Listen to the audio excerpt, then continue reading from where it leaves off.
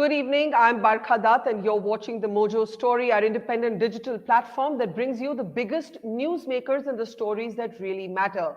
On the program today, we will be talking to Yashwant Sinha, the veteran politician who is now Vice President of the Trinamool Congress ahead of the critical Bengal elections. Now, remember, his joining the Trinamool is coming at a time when Mamata Banerjee is actually campaigning for the Bengal elections in a wheelchair. This after the West Bengal Chief Minister says she was attacked. The Election Commission has ruled out evidence of a premeditated attack, but has at the same time transferred out several officers in her security details, saying they had failed to protect the West Bengal Chief Minister. It is not just a dramatic, but also a critical election, one that Yashwant Sinha himself, associated with many years prior to this with the BJP, recognizes to have pan-India implications. To talk about what the implications are, the national writing on the wall of his joining the Trinamool Congress and what this election looks like at this moment is Mr. Sinha himself.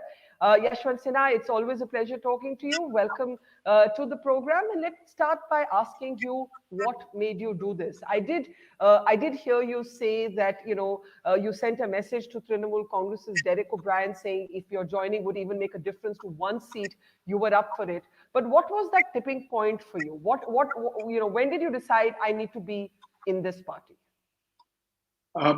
Well, I've mentioned it to some other people, but thank you, Barkha. Thank you. It's nice talking to you after a while. I have mentioned it to some other people who have talked to me on this issue, that the tipping point actually was what I perceived as an attack on Mamata and the attempt to disable her just before the elections.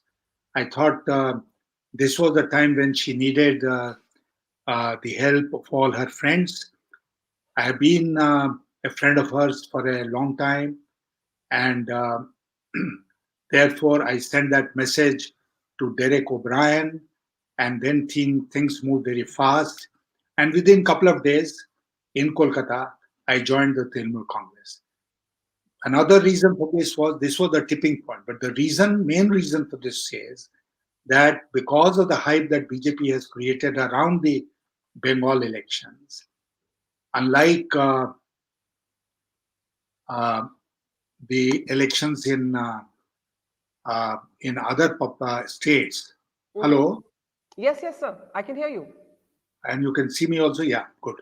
Yes, So, unlike the elections in other four states, the BJP has created such a hype around the election in Bengal that it has become an election of great national significance.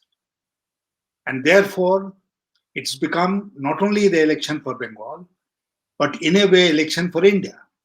Mm-hmm. And I felt that it's important, therefore, to strengthen TMC's hands. And I made that offer. And I'm with them now, trying to do my best.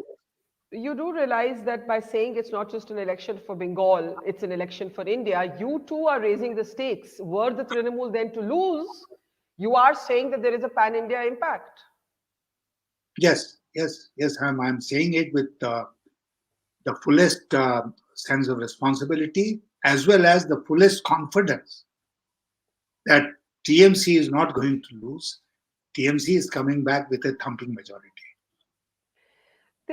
There are those who see someone like you who has had a very sort of national profile in politics. You're joining the Trinamool as opposed to some other party as evidence of the fact that it is the Trinamool that is emerging as the pivot around which opposition politics will be played out nationally as well. Do you see Mamata Banerjee in a national role, or do you essentially see her in a Bengal role? If she wins, as I'm confident she will, the Bengal elections with a thumping majority, then whether we like it or not, or she likes it or not, she'll have to play an important role in national politics and, make all the effort she can to bring the opposition parties together to pose a challenge to the BJP in the 2024 national elections. And in that case, what role do we see for Yashwant Sinha? I Do we see you uh, as a contender for the national stage I in have that I have situation? Barkha, I have joined the TMC without any preconditions. Uh, I have never put any preconditions on any party that I have been in. Therefore, it is entirely up to the party to decide what role they want me to play. Going forward, after they win the elections, they will decide whether they have a role for me in national politics or not, or what is that role is. That is something for them to decide, not for me to be agitated about. Well, I've never known you to be agitated, but one of the more dramatic comments that you made after joining the Trinamool Congress was to say that when IC 814 was hijacked, you were, of course, in the Vajpayee government then, Mamata Banerjee was an ally. You say that Mamata Banerjee was ready to be offer herself as a hostage in exchange for the safety of those passengers on IC 814. Now, when you made the statement, a lot of people thought you were making a hyperbolic statement and you didn't really back it up. Can you talk a little bit about what this is about, how this happened, why Ms. Banerjee made this offer? What actually happened? What actually happened was that there was this meeting of the cabinet taking place. Naturally, everyone was concerned about the hijacking and the hostages. And in the course of that discussion, Mamata Banerjee suddenly came out with this offer to Prime Minister Vajpayee, in which she said that if her flying to Kandahar and offering herself as a hostage can lead to the release of the uh, other passengers, then she was prepared to offer herself as an hostage. That offer was made by her. I thought it was an act of great courage on her part to make this offer. But for various reasons, it could not be acted upon. And we found other ways to bring the passengers back. Hmm. And why did you feel the need to go public with this at this moment? Your critics would say you're trying to use what happened at a confidential meeting of the cabinet, which involved national security, into an electoral sort of talking point. Cabinet notes are being leaked. Discussions in cabinet are becoming public even in this government. And therefore, if somebody has made an offer, I would not consider it to be leaking a matter of huge national significance. It is history now. It happened, what, 22 years ago? Yeah. It's part of history. It is not relevant anymore in that sense that national security will be impacted upon. Speak a little bit about these dramatic pictures that proved to be the tipping point for you. Mamata Banerjee being taken to hospital where she definitely has injuries. She's now campaigning from a wheelchair. But you saw the election commission saying there is no evidence of a premeditated attack, at the same time taking action against those in Ms. Banerjee's security detail. The BJP has been basically saying, Ms. Banerjee is effectively lying, not about her injuries, but about what caused it. It was an accident. The EC seems to back the theory that it was an accident while faulting those in her security detail. Well, let me first make this point that the fact that Mamata Banerjee is hurt, nobody disputes. The fact that her leg is in a plaster cast, nobody disputes. Unless you say that even the doctors are hand in glove with Mamata Banerjee, they are also pretending. The fact that she is handicapped in campaigning, that also is a fact. Now, coming to that particular incident, the, the videos that I have seen of that Mhm. incident will clearly show that there was no security around her. And it was an open kind of invitation to mischief makers to take advantage of it if they wanted to hurt her. And this is exactly what happened. Why haven't we been able to recognize, identify the faces in that video who were around Mamata Banerjee and her vehicle at that point of time? So therefore, somebody to come to the conclusion that it was an accident and not an attack, I think is a hurried conclusion. To come to a much deeper investigation is needed. What do you make of the fact that even at a critical time like this, where the BJP basically, at least the Prime Minister, seems quite Teflon, no controversy seems to personally stick to him, non BJP parties have not been able to combine. So the left and the Congress are fighting separately in Bengal. Secondly, they have possibly corroded the entire secularism debate by allying, as Anand Sharma himself has pointed out, with an extremely contentious cleric who has been known for his very communal and inflammatory comments. How do you see the role of the Congress and the left at this point, both in Bengal and nationally? Well, let me make one point first. Uh, I'm not commenting on their alliance with that uh, communal outfit for the time being. Yeah. I think anyone taking the help of hardline communal elements is bad because that introduces an element of religion in politics which should not be there. BJP has been doing it all along, but we don't have to follow the Bharatiya Janata Party. Second, that they have come together in Bengal, the left and the Congress party. As I look at it, I think this is a welcome development because what are they doing? They are going to occupy the space which is opposed to Mamata, the space which is available to the BJP. So their coming together is not going to hurt Mamata Banerjee's votes or take away her votes. They will help divide the votes which are in opposition to her, and that should go in her favor. So therefore, I am not concerned that left and Congress have come together and they have taken the help of the communal element. Communal element, as I have already explained, should not be brought into Yeah. electoral fray. That's bad, but I don't mind their coming together. Okay, so from a numerical point of view, you seem to believe that it will not hurt Mamata Banerjee. Can you talk a little bit to the significance of these 5 assembly elections and the impact that they will have on national politics? There's Bengal, of course, but there's also 4 other states. And the point has been made, Mr. Sinha, that if the Congress misses this moment, it is basically the beginning of the end of Rahul Gandhi. It is the beginning of the end of the Congress being taken seriously as a national opposition. Could you care to speak to that? Um, well, I have learned one lesson in politics, and that is that we should not hasten to predict somebody's end in politics.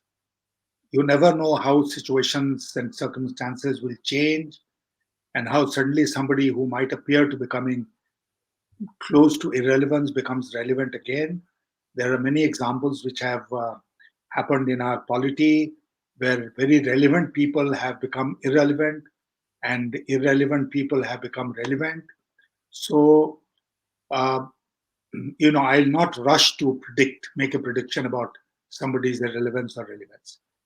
Having said that, I would say that I am also disappointed at the role the Congress party has played or not played in national politics in recent years, and much of the vacuum that you see at the national level, and the fact that there is no opposition to the BJP and Modi is something which is largely because of the inaction on the part of the Congress party. I mean, there are so many issues in our politics and economics and national life today which can be raised, effectively raised, strongly raised, but they're not being raised, and they should be raised. And it's the responsibility of the only other national party, which is the Congress party, to do it much more than any other party. Do you believe that in a parliamentary democracy which is increasingly presidential in nature, so even in Bengal there's a sense that this is going to be a Mamata Modi battle, and in national politics clearly a personality is needed to take on Narendra Modi. Do you at least believe that evidence suggests that Rahul Gandhi is not that person? Don't ask me to give an opinion on that. As I said, uh, you never know what turn events will take and when. So we leave it at that. I would refrain from making comments on individuals. Do talk a little bit, though, in the end, on a personal note, Mr. Sinha. You have been someone who was with the BJP for decades. You were, but you belong to a Vajpayee BJP and not a Modi BJP. And therefore, you have emerged as a trenchant critic, one of the most sort of nationally senior voices to come out against the Prime Minister. But you do have a son who continues to be in the BJP, and many believe has been, in a sense, penalized for being your son in the BJP. How has that played out for you? And as a father, how do you tackle those questions? I've always wondered how that plays out.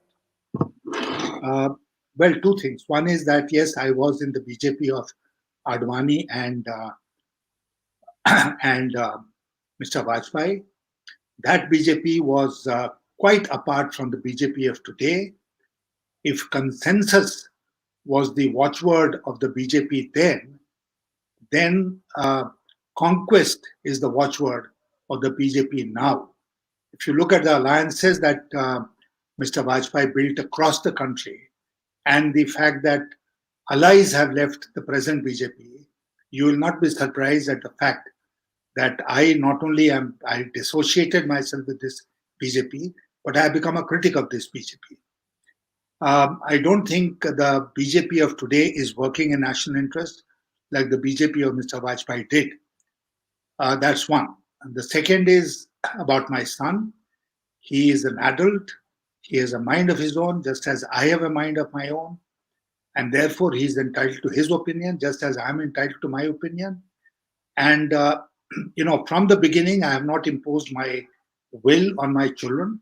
I have allowed them to take very much their own decisions, which has made them independent in life. And I would like them to continue to be independent instead of feeling any pressure from me. So I leave it at that. Mr. Yashwant Sinha, who is my son, will of course continue to be my son. That's a blood relationship.